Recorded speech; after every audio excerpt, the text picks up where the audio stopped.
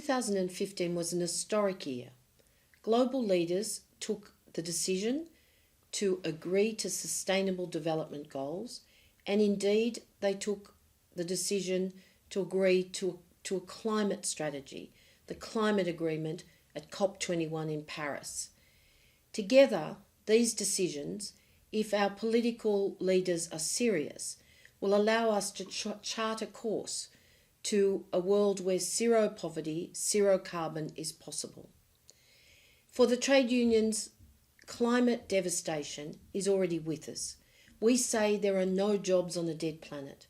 This is much more than a slogan, because we're already witnessing the loss of lives and livelihoods as we see devastation from extreme events, weather events, of course, or the changing nature of seasons, displaced people. And of course, this will only get worse. The more carbon we lock in to the system, the more, in fact, we will see that devastation escalate. So we have to act now.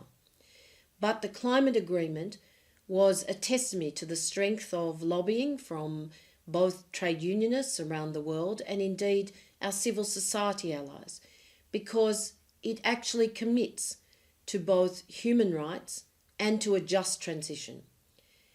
The unions have been fighting for a just transition now for over 10 years. We know that we have to make the transformation, the industrial transformation that is deeper and larger than anything we've seen in our lives in terms of structural change.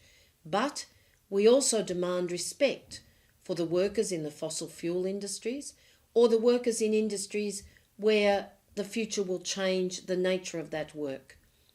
These workers have brought us the prosperity of today, and they deserve our respect. So we want a just transition measure. We want a fund in every country. It can be a percentage of a carbon price or the reduction of fossil fuel subsidies, both of which are necessary, but a fund that will allow secure pensions for older workers, that will guarantee upskilling for displaced workers and redeployment, but will also invest in community renewal for those communities that are transitioning from fossil fuels or other industries into new industries. This is at the heart of what makes for a future where everybody gains from systems change. We will be demanding of our governments and indeed of employers the social dialogue to make that just transition possible. And of course, we will look to bargain for the support for the industrial transformation that we must in fact herald. And it is climate, but it's bigger than climate. We also have to look to a circular economy where we reuse what we can, and what we can't reuse in our workplaces or our homes, then it is in fact transferred to industries that are emerging every day, that are now reusing materials we once thought were waste. If we don't do this, then our planetary boundaries will run out. It's a critical time for workers, and with our unions, we know we can be part of negotiating the future. We want a world where zero poverty is realised, and we want a world where zero carbon is realised, because that's the legacy we need to leave for our children and grandchildren. But I also want to say there are jobs, lots of jobs to be had in this transformation. We already know that solar jobs are outpacing by up to 20 times the number of jobs actually created in the economy more generally. We know that there's $90 trillion of infrastructure that will be necessary by 2050, around $6 trillion a year. That will drive jobs.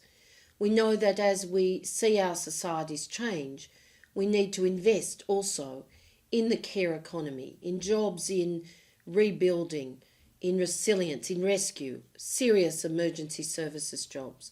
So right across the spectrum, we see opportunities, but we will only satisfy people generally. We'll only give people hope if in fact we can make sure that the industrial transformation we have to make, bigger than anything we've done to date, is in fact also a just transition. Climate change is destroying our world as we know it. We can make the difference. We can, in fact, eliminate effectively greenhouse gases from the atmosphere, but we need to do it together. And social dialogue is the tool, collective bargaining around industrial transformation, but a national plan in every country for the transition that's necessary, and sectoral and industrial plans to complement the implementation. Unions see themselves at the heart of this dialogue, and we will in fact make sure that our voice is heard in the interests of working people everywhere.